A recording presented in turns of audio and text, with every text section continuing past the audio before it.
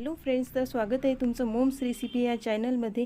आपण आज अतिशय पारंपरिक पद्धतीने म्हणजे विरजण लावून दही लावून त्याचं लोणी काढून लोणकढी तूप कसं बनवायचं ह्याची पूर्ण डिटेलमध्ये कृती बघणार आहोत। तर चला पटकन सुरुवात करूया आपल्या रेसिपीला। ही साय बरीच जमा झालेली आहे, तर ही साय मी जमा करून फ्रीजमध्येच ठेवली होती, पण लोणी काढायच्या आदल्या रात्री ही साय फ्रीजच्या बाहेर काढून रूम टेम्परेचरवर मी ठेवलेली होती, कारण की जेणेकरून दुसऱ्याच दिवशी सकाळीच आपण याचं लोणी काढू शकू। तर आता काय करायचं, लाकडी रई घ्यायची आणि रईने हे चांगलं घुसळून घ्यायचं। मिक्सरमध्ये काढायची अजिबात गरज नाही, कारण रईने पण ही प्रोसेस पटकन होते। लोणी निघायला जास्त वेळ लागत नाही, 7 ते 8 मिनिटात लोणी निघून तयार होते। हे बघा, असं पाणी सुटेपर्यंत रईने चांगल्या प्रकारे घुसळून घ्यायचं आहे आणि पाणी सुटलं की त्यामध्ये थंडगार पाणी टाकायचं आहे। माठामधलं पाणी टाकलं तरी चालेल, फ्रीजमधलं टाकलं तरी चालेल।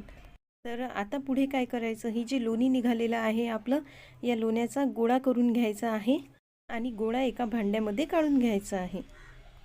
तर हे बघा, लोण्याचा गोळा आपला किती छान तयार झालेला आहे।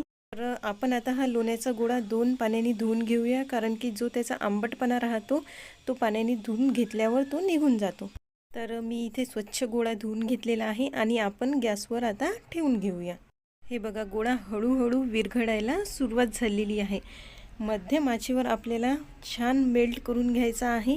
तर हे आहे ना, हे आपल्याला असंच शिजवत ठेवायचं आहे जोपर्यंत याला हलकासा तांबूस रंग यायला सुरुवात नाही होत तोवर याला असंच शिजू द्यायचं आहे।